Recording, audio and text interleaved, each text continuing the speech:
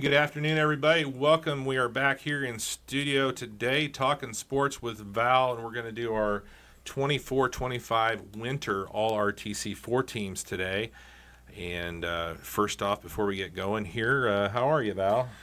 Yeah, doing well. I went to a crazy baseball game last night at Loeb Stadium in Lafayette. Rochester was trailing Lafayette Jeff 1-0 after 4 innings. Not only were they trailing 1-0, they hadn't even gotten a hit yet. And then all of a sudden, Drew Bowers, who we will be talking about shortly, hits a little squibber down the first baseline. It looks like it's going to roll foul, and then all of a sudden it rolls fair, takes a bizarre little hop with a lot of English on it, and bounces fair. He gets an infield hit out of it, and before you know it, Rochester scores 12 runs on 8 hits in the inning, and they wind up winning 12-1 in 5 innings. Just a absolutely crazy change in momentum. Yeah. Lafayette Jeff needed 4 pitchers to get through that inning. Wow. Rochester sent 18 batters to the plate in the inning. They batted around twice. And I saw your tweet on that, and I have you ever seen that in a high school game? I've never heard of that. I think I've seen it maybe in softball. I don't think I've seen it in baseball very often. I know, every once in a while you get them batting around once, but I've never heard of batting around twice in one inning. That's crazy. They scored 12, and they left the bases loaded. Wow. So at one point, 12 consecutive batters reached base. Yeah. So a good start for the Zebras. We'll have them tonight at home at Bob Copeland when they open up against Caston for their home schedule. The Lady Zebras had a good night up at Mishawaka last night. Got their season off to a good start with a win. Yeah, 7-6 over Mishawaka on the road. I think 3 RBIs for Braylon Hunter and 2 RBIs for Dara Strasser. And 11 Ks in the circle for Bria Rensberger. And again, Mishawaka usually a really solid 4A opponent. They have a quality team every year and probably will be among the better teams in the NLC. Nice to see, the bats are starting off hot and Bria starting off right where she left off last year in the circle. So, and a really good start to the outdoor track season for the Zebras as well. We already have a new record on the books. Yeah, Audrey Wagner broke the school record in the 300 hurdles and broke it by a pretty big amount. She went under 48 seconds. 47.94 broke her previous record by over 0.4 of a second. And that follows a really good indoor season. Yeah. She was, again, she's been working hard since the end of soccer season. So she was raring to go, and boy, did she prove it last night at Plymouth. And what couldn't have been ideal track conditions either. Right. Not a good weather night at all. So a great start to the season, and right out of the gate, I mean, getting under 48 seconds, that's impressive, especially in the first outdoor meet. So some good stuff for the Rochester teams already here in the spring.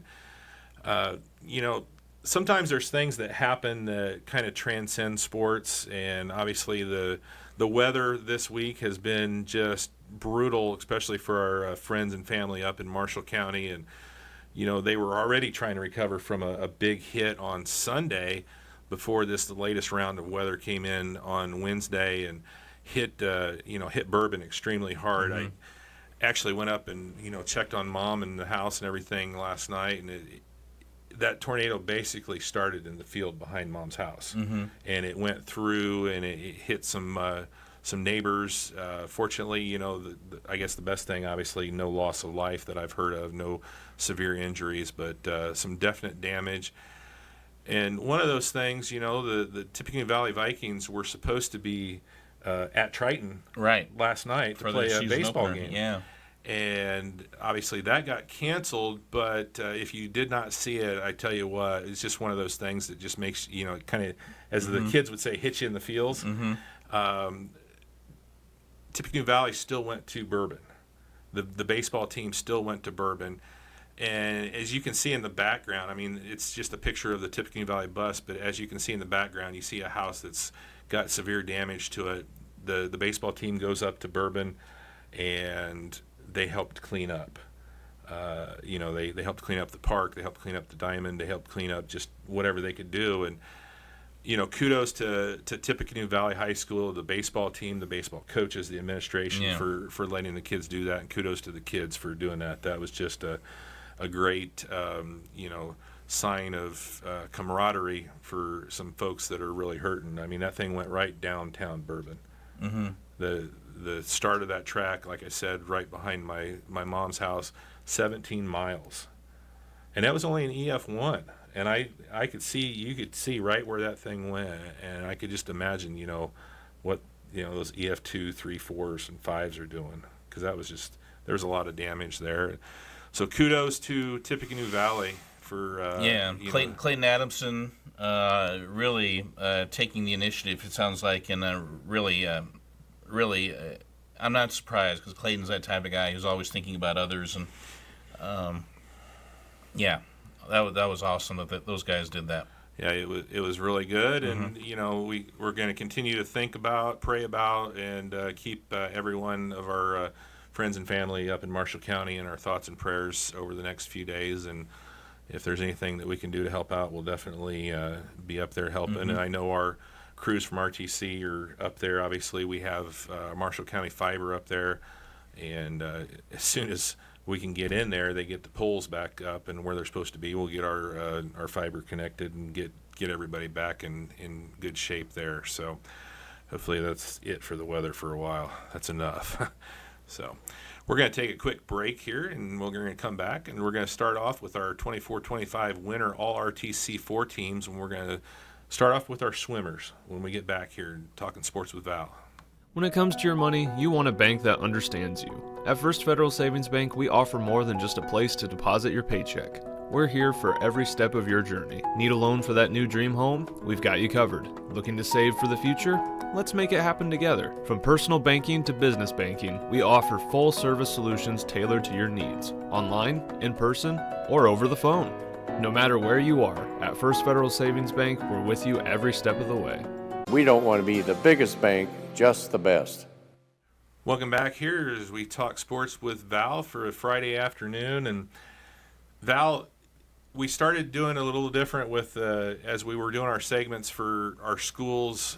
We would put the schools' logos in the background, so it seems to be working out pretty well. It's pretty popular. As you can kind of scroll through. I know we talk a lot. Mm-hmm. We like to talk a lot, and I know a lot of folks. They maybe don't want to listen to everything that we say, and wish they did, but not. But so this is going to be a little different. Obviously, we're not doing this by school; we're doing it by sport. So I had our senior producer Dakota Hayden come up with a little different background here. So that's if you look at it just right, that's swimmers in a pool, right? So we're going to start off our 24-25 winter sports all RTC4 teams with our swimmers. And we'll start off with girls, and our 24-25 all RTC4 swimmer of the year is... It's Hayden Lute of Culver. She's really deserving of this award after finishing fourth in the 200 freestyle at the sectional and third in the 500 freestyle. And she has improved her time by a few seconds in both of those events from last year. So Hayden, she was the highest point scorer of any of our area swimmers at the Warsaw sectional, and so she is our pick. And Hayden is somebody who doesn't, even though there isn't a pool at Culver, she goes to the Bardwell Aquatic Center in Plymouth, and I know she's come to Rochester. She's swam at the club level here in Rochester for a long time, so I know this will be something that I imagine will be very well received in Rochester. I know she's got a lot of friends over here as well. Yeah, and, again, I want to condolences to the Culver family. Hayden's coach, Josh Kornblith, passed away earlier this year, and a classmate of mine from Culver, and so I just wanted to recognize that here as well while we're talking about the Culver swim team. Yeah, and, of course, Lori Simpson has helped out there as well, and I know she's been involved. But, she's gone under 210 in the 200 free, 209.53.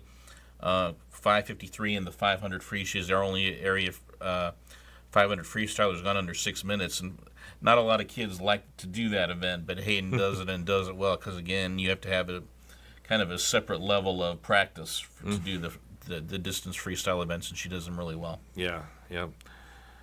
And who else is on our team for the girls? We have Bailey Anderson from Tippecanoe Valley. She does the sprint freestyle. She made the sectional final in both the 50 free and the 100 free.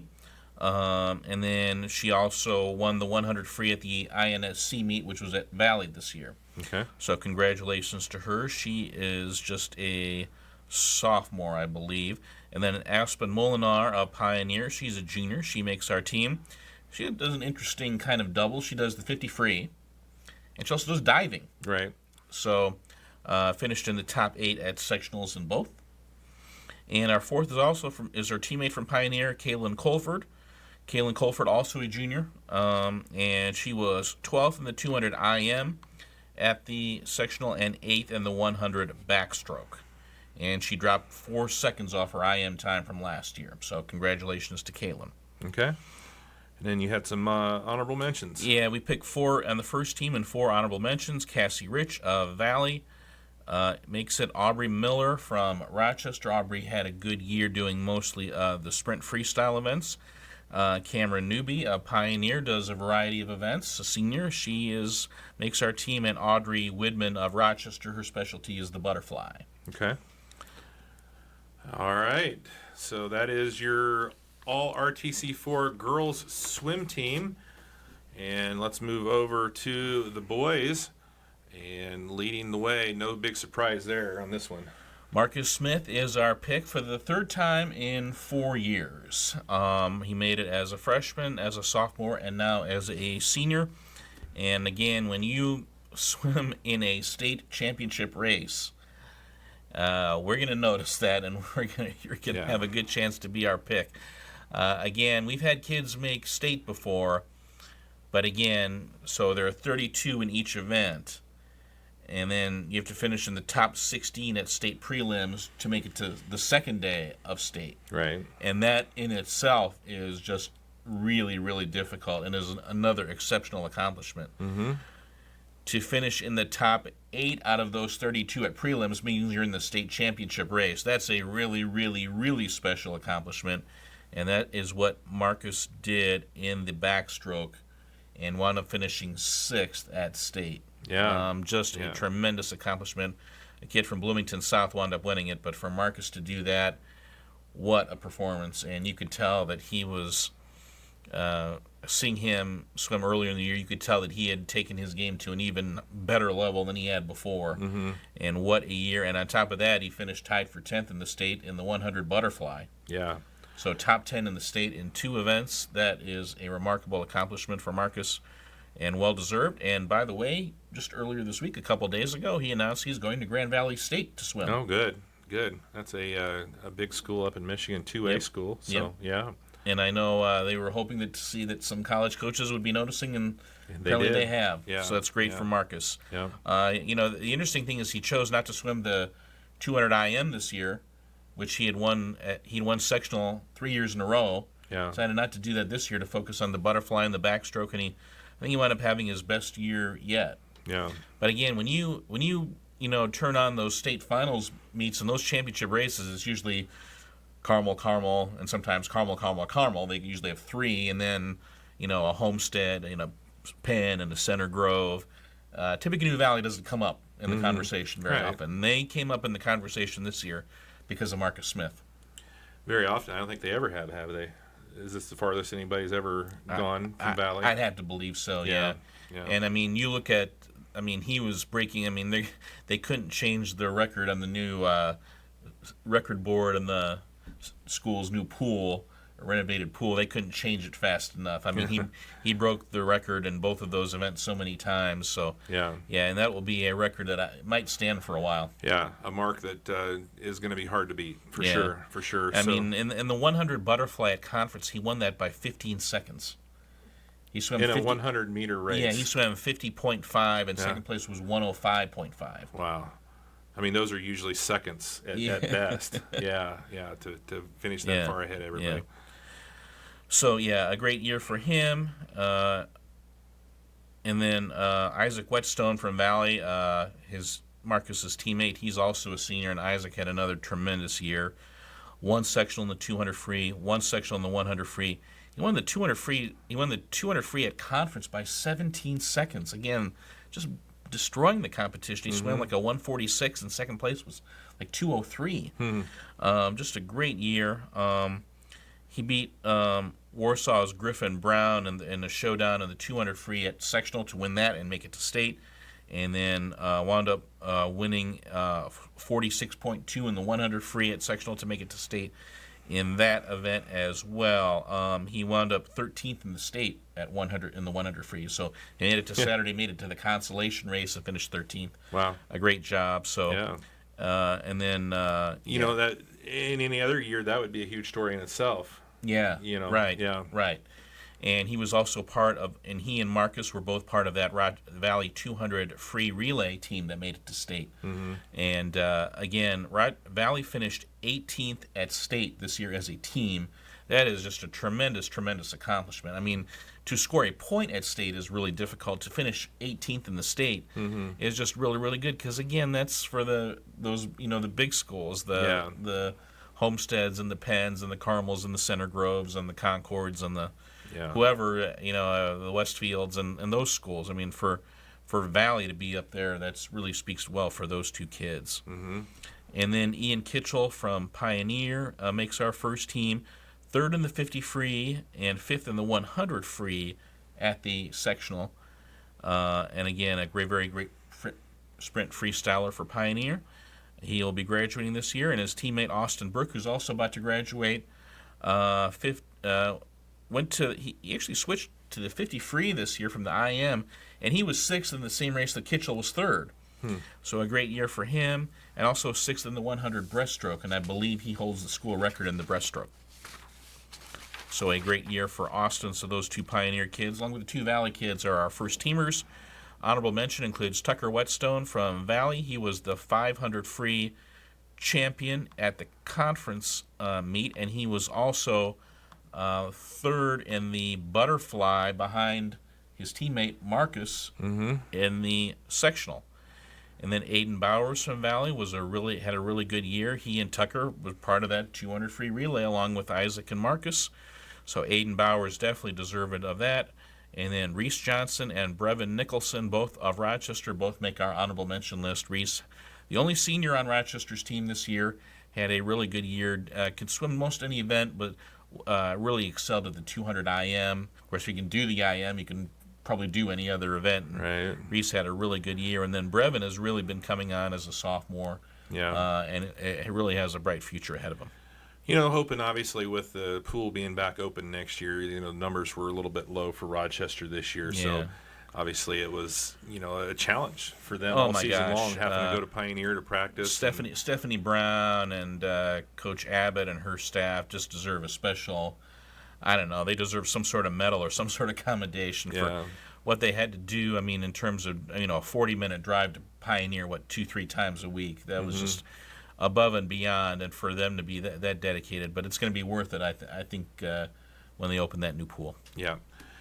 All right, so that's our boys and girls swim teams. We'll take another quick break here. We'll come back and we'll talk some girls wrestling here in our next segment. Talking sports with Val, our 24-25 winner all RTC4 teams. Be back here in just a moment. RTC Fiber Communications knows the internet is evolving, taking new twists and turns. As we add our input, make our choices, and follow the light that connects us all, it's quite a journey. One to experience with the fastest speeds available. And with a variety of plans to select from, you'll be on your way in no time. Contact RTC Fiber Communications, connect to the internet speed that suits your journey, and enjoy the ride. Welcome back here as we talk sports with Val for our 24-25 winter sports all RTC4 teams. And much like our boys swimming, our girls wrestler of the year is a familiar face that's been in this position before here, Val. Yeah, we picked Lane Pepler from Rochester as our girls wrestler of the year. This is the second time we've been doing an all RTC4 girls wrestling squad. Yeah. We had a Rochester girl last year, Grace Hirams, as our wrestler of the year. Now we have another one in Lane Pepler. This was a very close call. We had 3 different Rochester girls make state. But Lane is our pick because she was probably the most consistent of everybody all year long. She was a sectional champion, a state placer for the second straight year. She was 5th at state last year when it was run under the IHSGW, Indiana High School Girls Wrestling, and this year 6th. She wrestled at 145 last year, at 170 this year. She went up 2 weight classes, and I think part of what factored in was she does not weigh 170. She weighs like 165, maybe at her highest. And again, 2 or 3 matches into a day, she was probably down to 160, and wrestling girls much bigger than she was, and still dominating them most of the year. Lane is she's somebody who really understands, first of all, she's really strong. And then on top of that, she really understands kind of like the leverage part of wrestling as well. And she's able to take on these much bigger opponents, and she does so well. She's just a great wrestler and a great kid, and we wanted to recognize her. But tough pick, but she is our pick. And then we decided to do the team a little different from last year. If you remember, last year we had 5 first-team picks, and we just recognized those 5. This year, with the sport expanding a little bit and more girls wrestling, we kept the first team at 5, and then we added 6 honorable mention kids. So we honored 11 kids this year compared to last year's 5. Also on the first team, Lily Gerald of Rochester. She was 8th in the state at 105.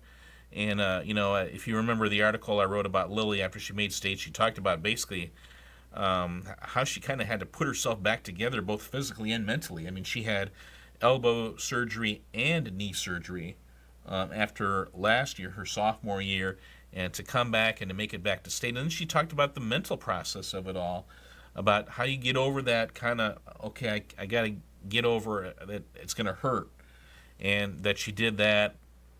And to finish 8th in the state, and again, she's really so technically sound as a wrestler. It's really a joy to watch her wrestle and bounce back. And then McKenna McKee from Rochester, she also makes our all RTC list. McKenna, a regional champion and a state qualifier. And again, if McKenna, that regional at Rochester, it was inspiring to watch her. She just took it to another level and dominated 4 opponents on that day. Yeah, just a sophomore too, so we got a couple more years of watching her wrestle. And amazingly, she had never wrestled until the start of her freshman year. Yeah. While like Lily had been wrestling and doing combat sports like jiu-jitsu and stuff, Brazilian jiu-jitsu and stuff, going back to when she was in elementary school, McKenna took it on kind of late, and she has excelled already, making it to state twice in 2 years. But her performance at regional, you see, I mean, she's really athletic and really strong, quick on her feet, and she's kind of like the female Brant Beck in that she's just so quick and she just gets on top of you so quickly, and she's just a joy to watch. And then Kyra Dorn from Rochester also made it. Kyra won 17 matches as a sophomore this year and really took it to another step at 130 pounds, and another really, really good athlete who's is just hard to kind of keep contained.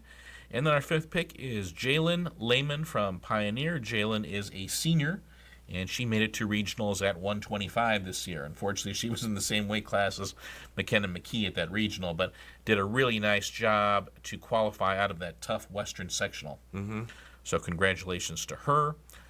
Honorable mention, Rylan Strasser from Rochester is one of our picks. Of course, that entire Rochester team made it to regional.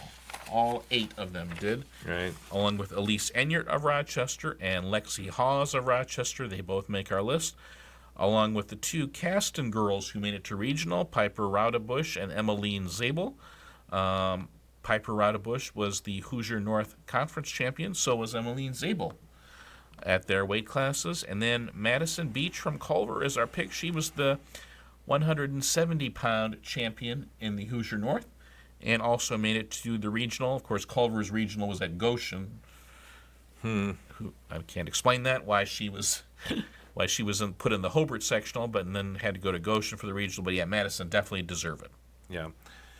You know, I think overall the first year of girls wrestling being an official IHSA sport, I think it went very well. I think the tournament was run very well, and I think it's just one of those things that's just going to keep growing. The regional was awesome at Rochester. It was an awesome event, and again, the girls regional is different because there's no semi-state. So the boys regional, there are only 8 kids in each weight class. The girls regional, there are 16 kids in each weight class, and it's held on a Friday afternoon during a school day. So you had to do it, but also not have it kind of spill over into the school building because there was school going on at the same time. And everybody did a great job. I thought Rochester Athletic Director Cal Stone did a great job. The security people were really on it all day. The administration was really good. So hopefully this can be an annual event, and hopefully the weather will be a lot better because there were kids who had to travel back to Terre Haute. I mean, they traveled Clay City traveled all the way here. Yeah. Yeah, you wouldn't think at a regional event. In a bad snowstorm, yeah. Yeah. I mean, it's a little crazy coming all the way from Terre Haute to Rochester for a regional wrestling. Mm-hmm. That's, Crawfordsville. Yeah, that's a long ways away. So, but yeah, and again, Rochester not only hosts that event, they host the Rochester Invite, which is usually the first weekend in December. Again, we've seen Rochester with their boys program develop a strong reputation and a strong tradition, and I think we're seeing the same thing with the girls. And these girls, girls like Lane and Lily and McKenna and Kyra and Elise and Lexi. They're kind of setting the tone here. Yeah. I don't want to give Cal too big a head because he's already got a big enough one, but, good kudos to Cal Stone because, he jumped right in. He didn't even start until after school had already started. And, to host a huge event like that, and do such a good job at it was, to be commended. Yeah, absolutely, because it could be chaotic. But yeah. Fun, yeah. It was a really good time. All right, that is our girls team. We're going to take a break here, and we'll come back, and we'll announce our boys team here in just a moment. Are you ready to take your home's comfort to the next level? The Insulation Guys can evaluate your attic, walls, basement, and crawl space to determine where insulation can be added or upgraded. Our expert team delivers high-quality insulation solutions, not only improving your home's comfort, but also lowering your energy bills. Call us today for a free quote at 574-223-3626 or visit us online at www.theinsulationguys.net.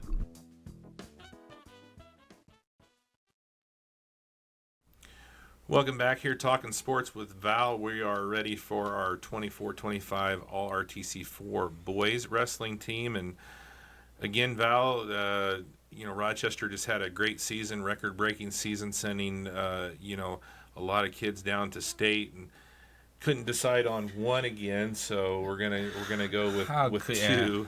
How could we? So we're going to go with 2. We're going to go with co-wrestlers of the year in Lane Horn and Brant Beck, both of Rochester. Lane finished 7th in the state at 132, and Brant finished 7th in the state at 157. How could we pick? Last year it was Brant Beck and Brady Beck, and the year before that I believe it was I'm trying to remember. I think it was Alex Deming and Brady Beck. Yeah, it was Alex and Brady. Yeah. Back in 2023. So I guess we have trouble deciding, but I just think we needed to recognize both of these kids, because both of these kids were dominating the whole year. In fact, both of them won their 100th career match on the same day against Warsaw back on December 18th, and then they tacked on about another 20 wins each as the season progressed. Lane was a conference sectional, regional, and semi-state champion. He lost 2 matches all year. Both were at Saturday of the state finals. Brant was a conference, sectional, and regional champion. He didn't lose his first match of the year until the semi-state final when he lost to another undefeated wrestler from New Prairie, Staples, who wound up winning state. His other 2 losses were on the Saturday of the state finals. So both of those kids are, and again, it's interesting because both of those guys, we've been kind of monitoring their progress ever since they were little kids. I mean, I just remember being told to watch out for these kids going back to when they were basically in middle school, and I imagine people have had their eye on them even longer than that. They have, and what's interesting is that they basically have different styles. Lane's a little more technical, and Brant might be a little more athletic, but that's not to say that Lane isn't athletic or that Brant isn't technical. Right. But they're both just dominating kids, and it's just amazing to watch them on the mat. The thing about Brant that just makes me smile, makes me laugh a little bit. I think you told me this. He was winning a lot of his matches by tech fall, and then at some point he decided that it was kind of boring, so he was going to start pinning guys. Yeah. I mean, it's like, okay, now I'm going to start pinning guys. Yeah. It's like, they don't have any say in it. Right. So, it's pretty amazing. I mean, just both of them, just excellent wrestlers. Yeah. I mean, he started doing that by he worked on his top wrestling because he started working from the top position and then getting guys and basically putting them as opposed to just taking down kids and getting them back up and then taking them down again. He was focusing on kind of working from the top position and getting those, which is kind of what Lane excels at. Yeah. He was almost at some points in meets was almost practicing on kids. Yeah. Well, let's try this. Let's see how this works.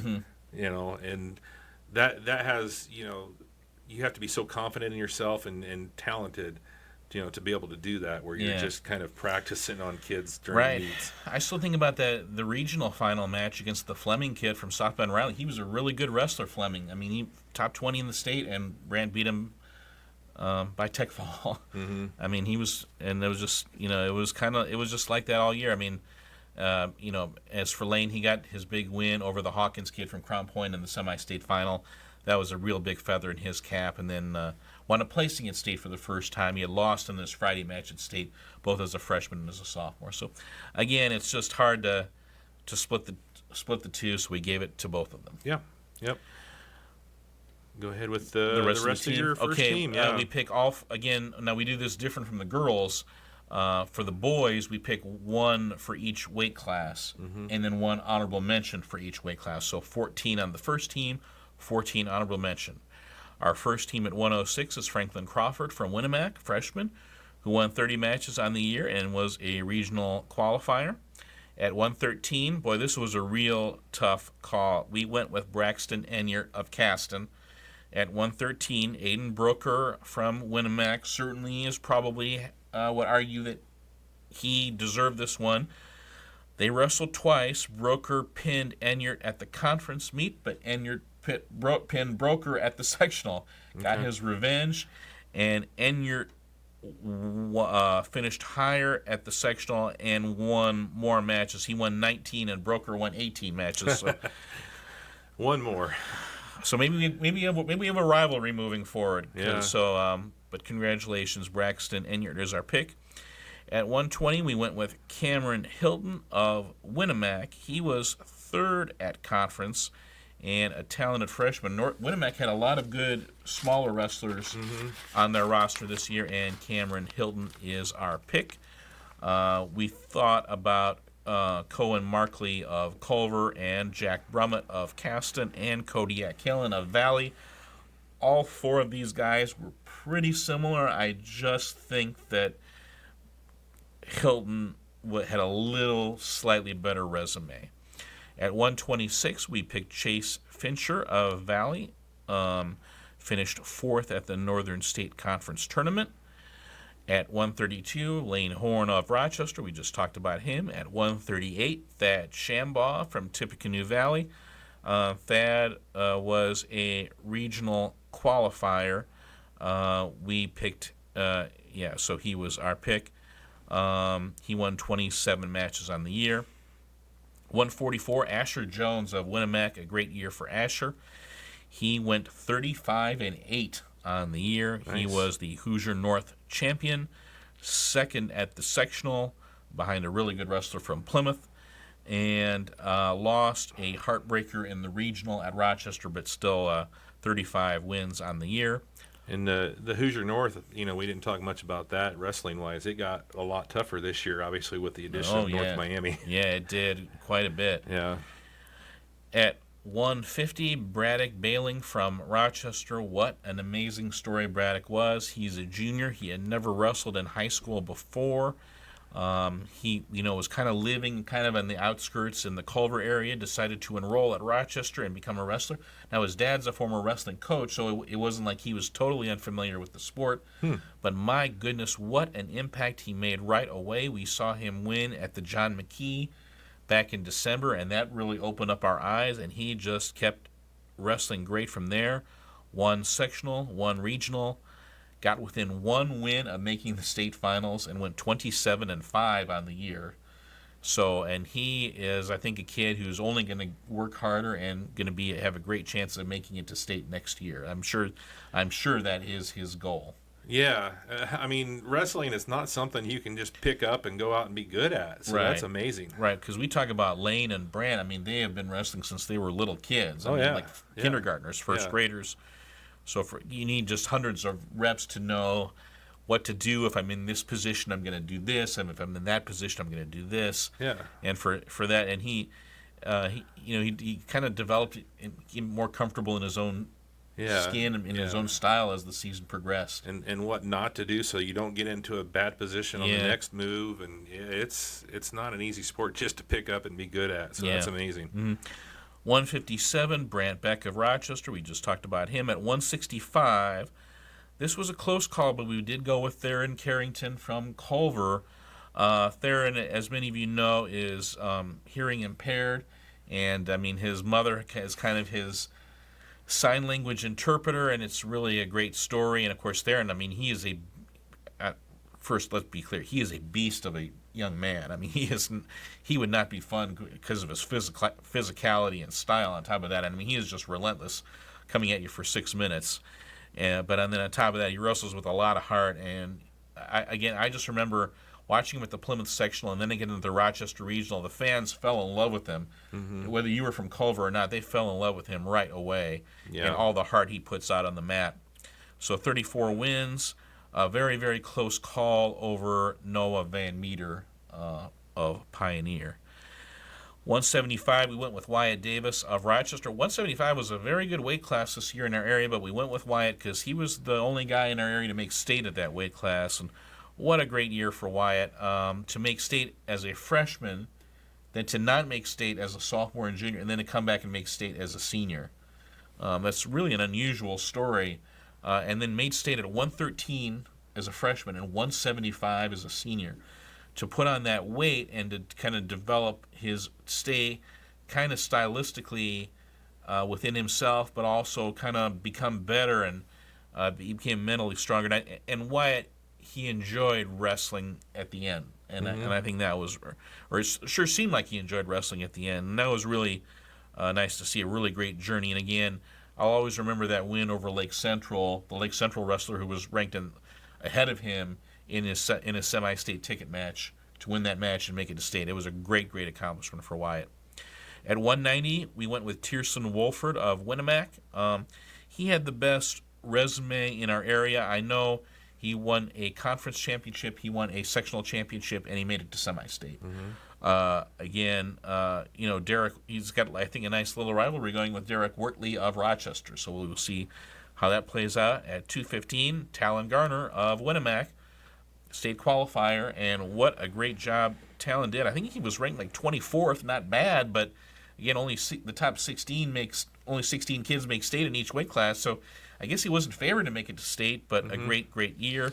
He actually wrestled at heavyweight at conference, won conference at heavyweight, then won 215 at sectional, and then a comeback win got him in the regional, and he wound up finishing second behind Marcus Freeman from Penn, who just announced he was going to Cornell this week to wrestle.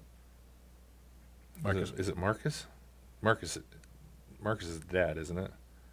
Is he the coach? Oh, Vinny Freeman. Sorry, Vinny. Freeman. Yeah, I was like, he's wrestling the Notre Dame head coach. That's Vinny Freeman. Yeah. Sorry about that. Vinny No. Freeman's going to Cornell. Vinny was the guy who had a great year at 215. Talon Garner is the kid from Winnemac that we're talking about. He had a great, great year. Those 2 wins at the East Chicago semi-state are against 2 kids who were ranked higher than he was. To make it to state was just an awesome accomplishment. And then at heavyweight, Declan Gard from Rochester, he finished 4th at state at heavyweight. It took an elite wrestler basically to beat him. I mean, there was the Kaufman kid from Warsaw beat him twice. He lost a tough match at the semi-state, and then lost to 2 elite kids, one from Crown Point and one from Brownsburg at state. So Declan had an awesome year. Well, and I mean, it's just amazing for him. I mean, going from 145 to 175 to heavyweight. Yeah. I mean, that's very rarely. I don't know that that's ever been done, that somebody's moved up that far and been that successful at it. Yeah. And again, he talks about wrestling being a chess match. And I mean, when you combine his wrestling knowledge, I mean, this isn't just some big guy who's just kind of throwing his weight around. I mean, he's really a thoughtful wrestler, and again, at the same time, a really tough kid. So yeah, absolutely. And he's on the smallish side of the heavyweight weights, right? isn't he? He weighs maybe 245. Yeah. Again, there are kids up to 285 in that weight class. Right. Our honorable mentions include at 106, John Abedinas from Pioneer. At 113, Aiden Brooker from Winnemac. We mentioned him. At 120, Cohen Markley of Culver. Very good year there. 126, Gage Menier of Caston. At 132, Cale Bushman from Culver. At 138, we had Braxton Enyart of Caston. At 144, Kevin Gluth of Pioneer. At 150, Remington Rickle from Tippecanoe Valley. At 157, Eli Guffey from Pioneer. Eli made it to semi-state this year. At 165, Noah Van Meter of Pioneer. He was the Hoosier North champion at 165. Didn't quite have as many matches under his belt as Theron Carrington. So we picked Theron. Unfortunately, Theron and Noah did not wrestle head to head. So it was a tough call. We went with Theron because he just had more matches and more wins. At 175, Austin Attinger of Winnemac was our pick. We wanted to give almost an honorable mention to Colton Crabb of Valley, who had a great year and made it to semi-state, but Austin is our pick. Had a little bit better record, a little bit better resume. At 190, the talented freshman from Rochester, Derek Wortley, a semi-state qualifier as a freshman, and a kid who is going to have a really good future. At 215, Mason Heisey from Rochester, part of that really good junior class for the Zebras. And then at heavyweight, Aaron Harden from Winnemac. Okay. It's a good list.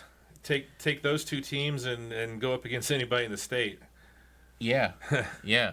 You know, you could put those two teams on a squad and go out and wrestle against anybody. Yeah, actually I misspoke. The 138 honorable mention was not Braxton Enyart, it was Ashton Boyer from Caston. Okay. I misspoke. Okay. Ashton Boyer, congratulations to him. Okay. All right, sounds good. Well, we'll take another quick break here, and we'll come back, and we'll talk girls basketball, 24-25, all RTC4 teams when we get back here in just a moment. Talking sports with Val. Thanks to the generous donors, the Fulton County Community Foundation has given over $19 million in grants and scholarships to our local communities. Grants received at the Community Foundation help families send their children to preschool, provide transportation, fund scholarships, local community events, and so much more.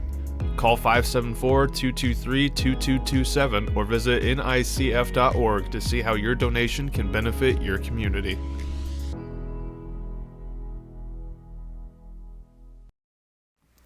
Welcome back here, Talking Sports with Val, as we go through our all RTC4 winter sports teams from 24-25. Moving on to girls basketball, and I recused myself from the voting on this one, Val. Mm-hmm. This is completely your team, but the 24-25 all RTC4 player of the year is... Our all RTC4 player of the year is McKenna Stricker from Pioneer. McKenna had a fantastic year. And again, not only did she put up great numbers, I mean, she had 7 double-doubles and 2 triple-doubles, but it was kind of the circumstances that she did it under. Her team was 0-6 at one point, and they wound up going on this great run. They wound up winning 12 or 9 out of, or was it? They 9 in a row, 9 in a row, 11. 9 in a row, and 10 out of 11 at one point. They went from 0-6 to 10-7, and that was just an outstanding accomplishment. And again, they won the Kitchen Classic, and again, McKenna was great in overtime in that win over Rossville. She was kind of always there in those big moments. the win over Logansport, which was their first win of the year, their first win of the season over Caston when they were down by 15 at halftime, and she outscored the entire Caston team in the second half, and they came back to win that game by 8. She was, again, when you talk about, she was the leading scorer of any player in the area, averaging around 18 a game, plus 7 rebounds, which is terrific for a guard, and she led the team in assists, and she led the team in steals. So just a really, really outstanding year for McKenna. A lot of, girls like Mia McKegg and Kinsey Hathaway and Hannah Ziegler kind of fed off what McKenna did, and a great year for her. She was, to me, clearly the best player in our area this year. Yeah, proud papa, right? It's a lot of hard work over the years and a lot of blood, sweat, and tears. And I think the thing that I'm the most proud of is the fact that, she was one that made her team better, and she really, and Coach McWhorter mentioned it, the few times that she was on the bench, she was still, active and cheering, and she was our biggest cheerleader, and that's what he always said, the few times she did go off the floor. And, the other stat that I was proud of, too, she led the state with 164 made free throws. Yeah. I mean, that's a lot of free throws. Right, and it's also taking a lot of physical pounding as well, and coming back so she can, again, if you shoot a lot of free throws and make a lot of free throws, it means you're able to, get into the lane off dribble penetration a lot. But she was also capable of making the three, and I think she improved her 3-point shooting as well this year. Yeah. So it was just really a consummate improvement. We had seen signs of it, and again, she was fortunate to get some playing time as a freshman, and then more playing time as a sophomore, and then last year as a junior. And I think finally things just really clicked for her this year, and she's just very deserving of it. Yeah. All right, who joins her on the first team? Well, we picked Maddie Douglas of Caston. She averaged around 16 points a game. I think Maddie knew after the graduation of the 5 seniors from last year's Caston team that made it to semi-state. I'm sure she knew that she would be the focal point of most teams' scouting report, and yet she averaged 16 a game. And on top of that, she led the team in assists as well. But she was also able to play on the ball and also off the ball. So Grace Colvin could play on the ball, which was, I think, very important. And then I think to hopefully set the team up for future success. Again, it was just a struggle at times for Caston to score points of this year, but Maddie was the most consistent, and she got to the foul line quite a bit herself. Maybe not as much as Stricker did, but she was quite a bit herself. And on top of that, she was Caston's best defensive player. Yeah, I think she was number 2 in the conference in free throws, so they were pretty close. And, she's just going to move up that list as, the next 2 years go on. Right, She's got a lot of potential there, and, it's kind of like what McKenna faced last year, with a completely new team that's not got a lot of experience. They're going to be more experienced next year, and I just look for really good things coming out of Caston. Right. Stricker, as a senior, understood kind of the pace of the game. She never got in too much of a rush, it seemed like. Maddie will figure that out in time. Right. Yeah. She didn't do that as good last year. McKenna didn't. Yeah. So Maddie will definitely figure that out. It's that old adage, right? The game kind of slows down for you. Yeah. As you see things better. It's not that you're going slow, but the game processes, slower in your head. You can actually understand what you're looking at and such. And Maddie's got that ability, and she's obviously got the genes from her dad with the coaching, and she's, his coach on the floor. So yeah. Yep. We picked Candace Croft from Winnemac, another point guard for our team. We have a whole. This was the year of the point guard in girls basketball. We had a lot of good point guards, and Candace Croft, again, when Coach Tony Stasiak said, she was on the Mount Rushmore of players he had coached. Boy, that raised our attention. Again, Coach Stasiak with over 20 years of coaching experience. That really. But again, you see Candace. She's another girl who understands kind of the pace of the game. A good 3-point shooter, but she can drive it to the basket and score.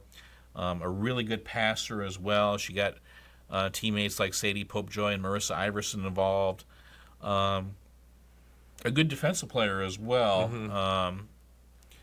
And the thing that impressed me with Candace this year, obviously the numbers were really not great for Winnemac, and she was able to keep her head and keep her cool and stay on the floor for the most part. There was that foul out, against Rossville in the Kitchen Classic, but when you're working with that kind of an issue, it could be difficult, and she was able to and to keep your teammates engaged as well.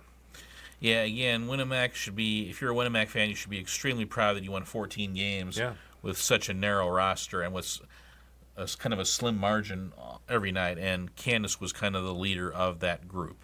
And, again, a good rebounding guard as well.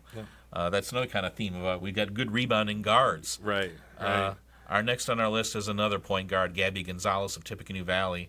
Again, transitioning from coach to coach, and then Rebecca Parker takes over as coach this year, and again, she relied so much on Gabby, and Gabby was up to the challenge because Gabby had to take on more of a role herself, given who Valley graduated. They graduated Ava Egolf and Chesney Miller and Ava Smith and well, not only the offensive side of things, Kelsey but the defensive Cox, side of things. With Chesney, I mean, she was such a a consummate defender, right. And Gabby was kind of that player herself. She took on the opposing point guard, and she wrecked a lot of opposing teams' offenses, right? Just with her defense and her quickness, and she just moves her feet so well on the defensive end. Again, I go back to that West Noble game in the sectional. Valley won 40-19. Gabby maybe scored 4 points the entire game, yet she was by far the best player on the court, in my opinion.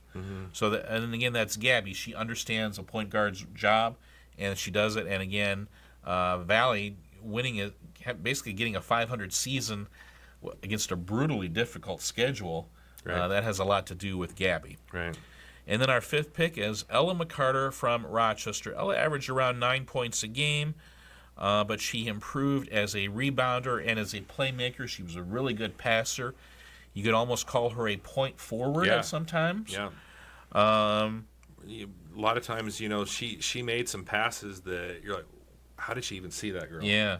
And she always made the right type of passes. That's, we've seen that a lot before, where you try and throw a chest pass where you should throw a bounce pass or, whatever. She's very fundamental. Yeah, made very good decisions with the ball in her hands all year.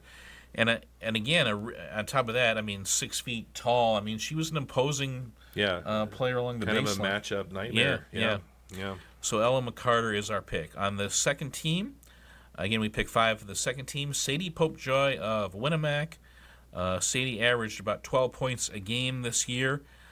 She was somebody that Tony Stasiak had challenged, to kind of broaden your game a little bit. You just can't be a shooter. And again, she improved her scoring, she improved her ball handling, she improved her passing. She could almost take over at point guard if Croft was on the bench in foul trouble, or just to give teams a different look. And again, Sadie, she also kind of improved her body, her physicality. She could tell she got into the weight room. She does track, she does shot put and discus. So I think that you got to be strong to do that. Right. And so I think that helped her in basketball as well. And just a sophomore. And Sadie's just a sophomore, yeah. But she plays got a high ceiling. Yeah. We picked another point guard, Ava McCune from Culver, just a freshman. But what a freshman year she had. Culver won 4 games last year when Ava was an 8th grader. Well, this year she joined the varsity and they went from 4 wins to 15. Yeah. And how did Culver do it? They did it on the defensive end. They lowered their defensive average from about 45 down to 32. Wow. How good is Culver going to be defensively next year when she comes back for her sophomore year, along with girls like Ashlyn Barron and Brooke Davis? They're only going to get better defensively. Yeah. And Ava, she's only going to get more comfortable offensively over time. Her shot is still a little work in progress, but getting better. She can hit the occasional three-pointer. And then she gets a lot of buckets in transition as well. So Ava McCune, a terrific year for a Culver team that got a lot better quickly. Yeah. Aubrey Wilson from Rochester, another point guard, makes our second team. Aubrey led the team in scoring, averaging just under 10 points a game. And she can get to the rim with her strength, but she was also a capable perimeter shooter, and she also led the team in steals.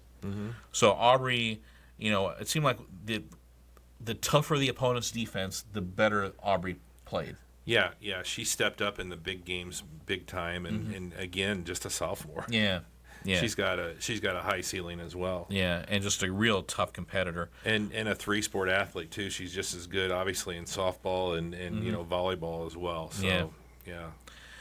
Our next pick on the second team is another point guard, Morgan Barkas from Argus. Morgan led Argus in scoring with 11.3 points per game and assists with 2.8 assists per game, and she tacked on another 4.3 rebounds per game. Yeah. And we knew she was a good shooter before this year, but I think she kind of broadened her offensive game as well this year. Which she knew she had to, obviously, with graduating Samantha Redinger. And maybe we should rename this list instead of the All RTC4 girls basketball team. We should name it the All RTC4 girls point guard team. Yeah. We had a lot of good ones in our area this year. And then our fifth pick is a two-guard, not a point guard. It's a two-guard, Hadley Wise from Tippecanoe Valley. Hadley was a real good two-way player. Again, if you've seen Hadley on the track, you know how quick she is, and that quickness kind of manifested itself on the basketball court. She can get a lot of steals on offense, and then you get her out on the fast break, and she is tough to contain on the fast break because of her quickness, and she would get a lot of layups. Again, I think about Valley almost beat Bremen. That was a really darn good Bremen team that won their sectional. And I mean, Hadley might have outplayed all of those good Bremen girls in that game. So Hadley just had a really good year. Also improved her jump shot on top of all that. Yeah.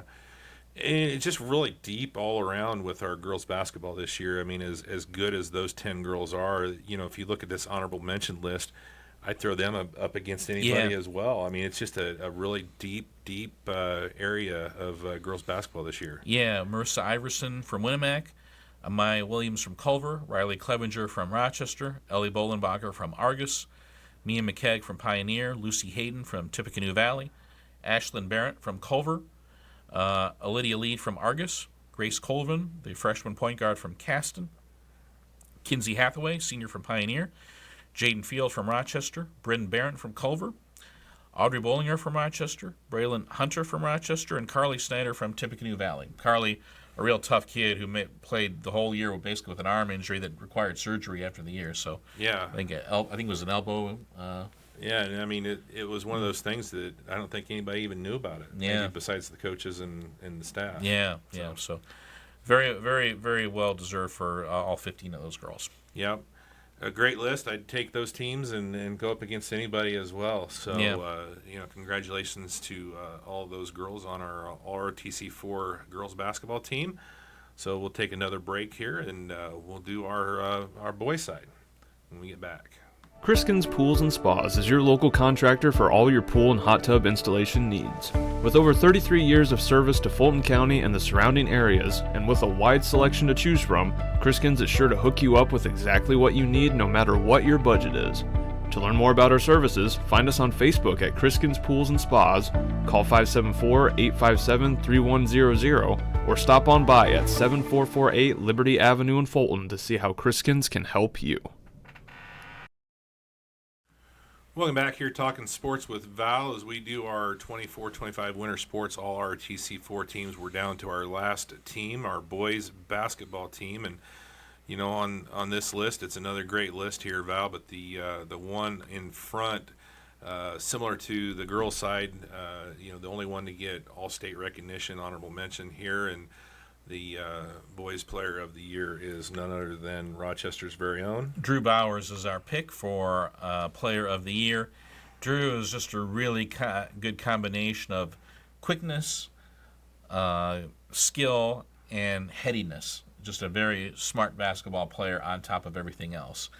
And he was a kid who could, again, he led the team in scoring, he led the team in assists, and he also led the team in steals. I think he averaged about 3 steals a game, and it just seemed like the steals all 3 of those steals would lead to a fast break basket at the other end. Mm-hmm. And again, he just had almost an intuitiveness that he knew where you were going to throw your pass before maybe you did as well, and he always stepped into that passing lane. So, but on top of that, he also improved his jump shot from last year. I remember talking with Rob Malco before the season started. He goes, "Man, you can tell Drew had played football. He just seems big. He just seems stronger and quicker than last year." And I think that manifested itself on the basketball court. And again, he just had games where you couldn't take your eye off him. Obviously, everybody will remember the Caston game, which he scored 40. What did he do there? He scored 48 points against Caston. Yeah. I still can't believe it because you could tell even by the fourth quarter even if you didn't know how many points he had, you knew he had a lot of points. Right. And everybody in the gym was kind of looking at him and he kept scoring. I mean, and it's not a bad Caston team either. Yeah. I mean, it's not like he was doing it up against a bad team, and just crazy night. Yeah, and I mean, he also had a big game against Eastern in the sectional, which he scored 34. Yeah. He scored 32 against Plymouth.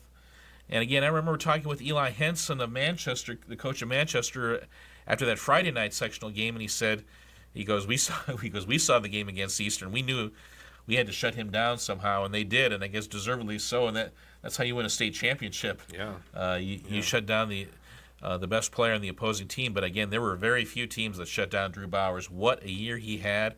And again, and the thing about Drew is he could play on the ball as a point guard, but he could also play off the ball as well. Right. And Rochester had enough ball handlers that it could allow Drew to do that. Mm-hmm. So again, Drew, just a really great year, and it was fun to watch him develop as a player. Yeah. Over these 4 years. He's one of them that you wish you could see him play another year, because I think last year he kind of came into his own, and this year, obviously, what he did this year, and it's just like, man, if we just could watch him one more year, he's so fun to watch, and I think he plays the game very intelligently. Yeah. Not only his athletic ability, but he's very smart. Yeah. Yeah. Elsewhere, we picked Luke Stoltz from Argus. He averaged 21 points a game this year. He was basically a walking double-double just about every game. A terrific year for Luke, and especially, I mean, he took a pounding every game, getting double and triple teams in the post, and yet still put up 21 points and was a really great rebounder as well. Stephen Akasi from Tippecanoe Valley. Stephen averaged 13 points a game and a team best 8 rebounds a game. And, Stephen was a guy you usually had to guard the opposing team's big man every game. I mean, that takes a lot out of you. You need to be really strong and in great shape to do that. And you can tell that Stephen had transformed his body over the years and really met the challenge this year. Ian Cooksey from Tippecanoe Valley also makes the list.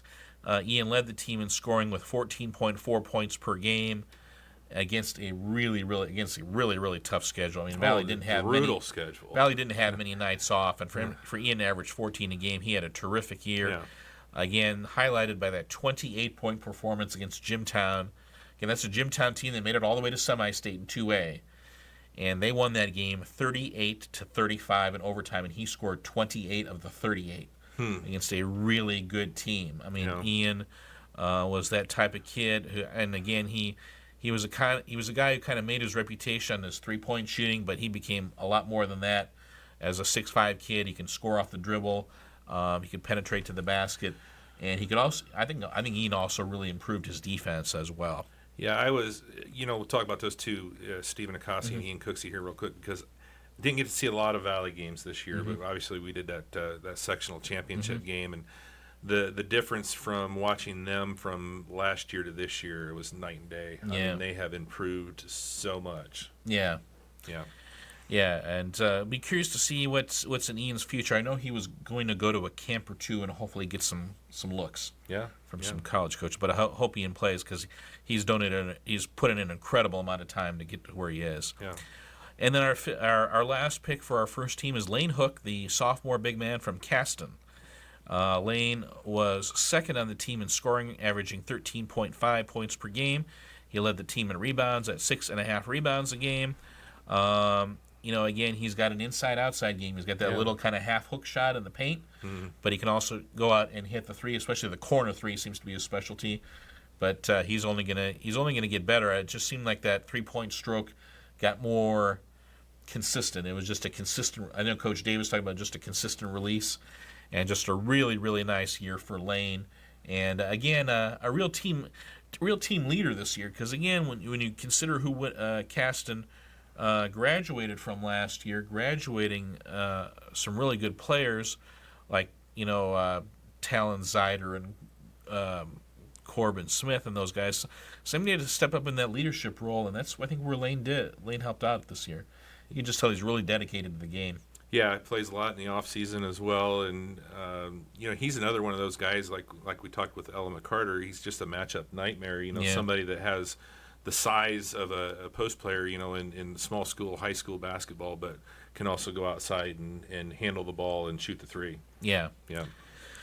On our second team, we have Blaine Sheets from Tippecanoe Valley. Blaine, if you had told me he'd average 9 points a game, I would never have believed you, because Blaine was just one of those role guys who just kind of did his part. But boy, Blaine was just so much more than that, and he improved so much to average 9 points a game, and he was a really good defender. I mean, he took on tough matchups all night. And Blaine was maybe 6'1", 6'2", and he was guarding 6'4" and 6'5" guys all the time. Mm-hmm. And he was a really good passer and a really good rebounder for his size. What a year Blaine had. Well, I think that the compliment that Coach Luce gave him, that he was the most improved player that he'd ever coached. Yeah. That says it all, doesn't it? Yeah. Will Malco from Winnemac made our list. He led Winnemac in scoring and rebounding, averaging about 13 points and about just under 5 rebounds a game. Really came on just bigger and bigger games at the end of the season. And, Will was Winnemac didn't really have a center. Mm-hmm. Will might have been the closest thing to a center, but he could also go out on the perimeter and drive the ball to the basket off the dribble. Mm-hmm. So he was really a tough cover, and Will's athletic, a really athletic kid as well. So well deserved. And Winnemac went from 12 wins last year to 15, and Will Malco's improvement had a lot to do with that. Yeah, it's with who they graduated too. I mean, that's very impressive to actually pick up more wins this year than last year. Yeah.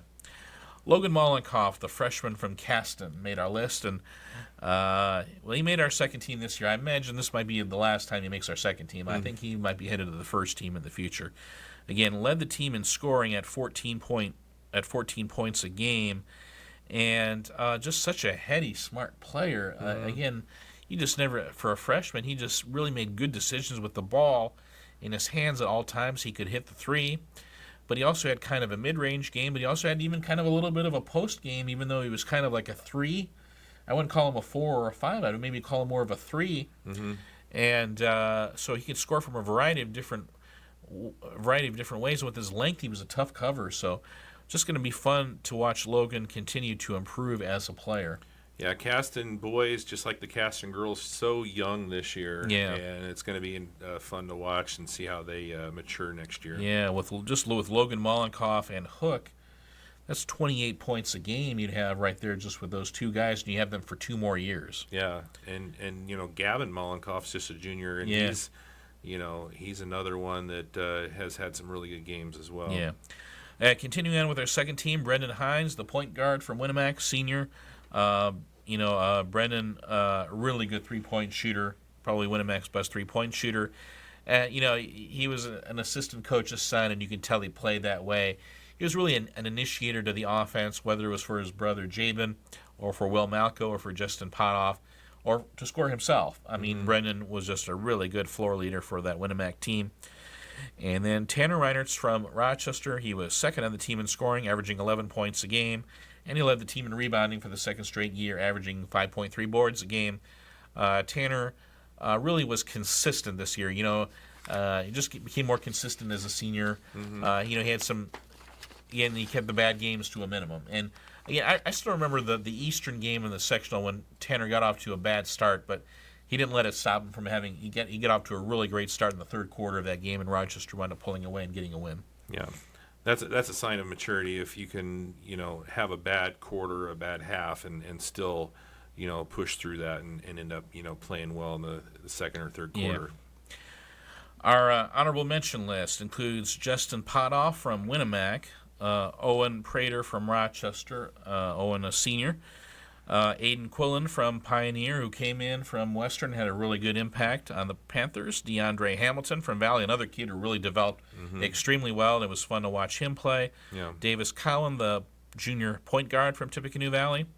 Bryce Bogger from Rochester. Zane Hellum was from Argus. He was second on the team in scoring, averaged right around 10 points a game for Coach Nick Kindig's Dragons. Micah Rands from Pioneer. Reed Summers from Caston, the sophomore point guard. Jabin Hines from Winnemac, sophomore. Jonas Kaiser from Rochester, junior, who I think is really primed to have a big year next year. Shiloh Ryan, sophomore from Pioneer. Gavin Mollenkoff, the junior from Caston. Braylon Jackson, the freshman point guard from Culver, or freshman guard, maybe kind of a combo guard, I would call Braylon. Play the 1 or the 2. And Noah Miller from Pioneer really picked up his game this year. So Noah Miller from Pioneer. Yeah. I think is that our 15? That is. Yeah. Again, another really good list.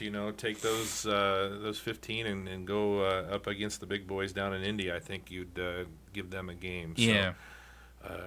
Just a great winter sports season all around. And let's take one more quick break here. As we come back, we'll wrap things up here, talk about a little bit of what's coming up here in the next few days, and finish off our 24-25 winter sports all RTC4 teams here in just a moment.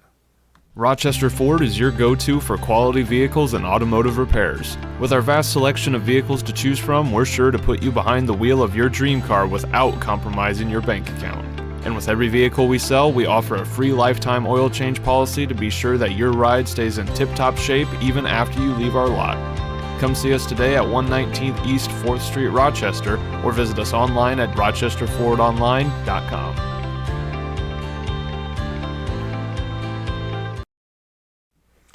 Welcome back here, Talking Sports with Val, as we kind of wrap things up here for today's show. And Val, again, want to thank you for all your hard work on these teams. I know, it's not just you throwing some names down on a paper and calling it good. There's a lot of thought that goes into it, and I know we've kind of went back and forth on a few things on who should be where and when and all that. So the scar in my forehead is me ramming my head into the wall, kind of.